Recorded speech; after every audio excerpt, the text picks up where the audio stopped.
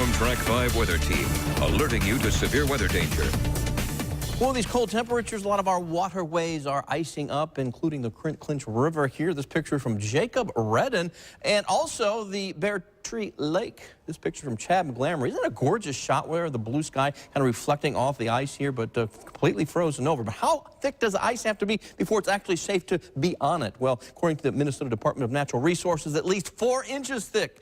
For activities on foot like ice fishing, ATVs or snowmobiles, 5 to 7 inches, and small vehicles 8 to 12 inches thick. So we're going to add a little more ice tonight. Temperatures will be dropping down into the single digits, but a bit of a warm-up, if you can call slightly above freezing a warm-up. And I guess we can, because we haven't been above freezing for a while. It's like low to mid-30s across the valley areas of northeast Tennessee, including the Tri-Cities. Low 30s, mountains of Tennessee, North Carolina, and low to mid-30s across southwest Virginia and southeast Kentucky. But the big news, I think, tonight is what will be unfolding tomorrow in parts of the South that don't get a lot of winter weather. We're talking North Florida and southeast Georgia, where winter storm warnings are in effect for by 7 a.m. possibility of a mix of rain, freezing rain, and sleet, likely changing over to some snow as we move into tomorrow afternoon, tomorrow evening, racing up through coastal South Carolina, Charleston, Myrtle Beach, Wilmington, and then moving up toward midnight through central, eastern, especially eastern North Carolina, southeastern Virginia, and then as we move into Thursday,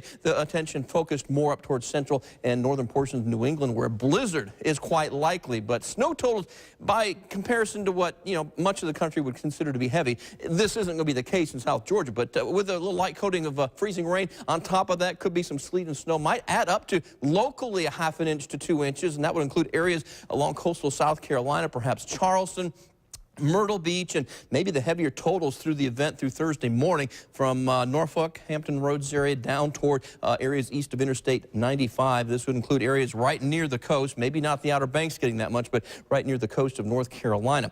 Here to home, could be a few flurries, scattered snow showers as cold Arctic air begins to wrap back in on the backside of that low pressure area. But ahead of it tomorrow, I can't call it a heat wave, but around 30 to 35, but it will be a heat wave compared to what we're expecting on Thursday. Not lows, my friends. These are highs, teens and low 20s. That wind will be driving the wind chill by later in the day and at night to near 0 in Tri-Cities and below 0 again across the mountains. But tomorrow, partly to mostly cloudy skies expected. It should be a dry day, better chance of seeing some peaks of sun and needing those sunglasses later in the afternoon, but it could be brief. And then after midnight tomorrow night, some little shots of snow showers starting to develop mainly across the mountains. Could see a few snowflakes in the Tri-Cities late Wednesday night into Thursday, but overall it's going to be northwest winds and the cold temperatures bringing those wind chills down as another blast of cold Arctic air heads into the Tri-Cities. There's the mountains of Tennessee, North Carolina, so along Interstate 26 late Wednesday night to Thursday. Carver's Gap, Butler, maybe Mountain City, White Top. We could be looking at the possibility of some snow showers that could add up to maybe a dusting to locally an inch or so west of the Clinch Mountain Range as well, toward Clintwood, Grundy, High Knob, Black Mountain. Again, I think most areas see less than an inch of snow, but with temperatures dropping through the teens and eventually into the single digits, any little bit of snow will cause some travel problems. Keep that in mind, friends. Late Wednesday night, Thursday, and Thursday night. Lows in the teens, dropping into the single digits by Friday, and Saturday morning highs in the 20s with partly to mostly cloudy skies through Saturday, and then a warm-up Sunday. Second half of the weekend about 40, and then maybe a little bit of a wintry mix early Monday, changing to rain with temperatures near 50. May end in a light rain or snow mix on Tuesday. Thank you for those travel warnings. It's important to know what's going on with the roads, and as you can see, a lot of schools have already closed or delayed for tomorrow. And that's mainly due to the cold weather, but we could see some additional closings down the road because of some snow and ice-covered roads, especially across the higher elevations. All right, Dave. Thank you. Sure.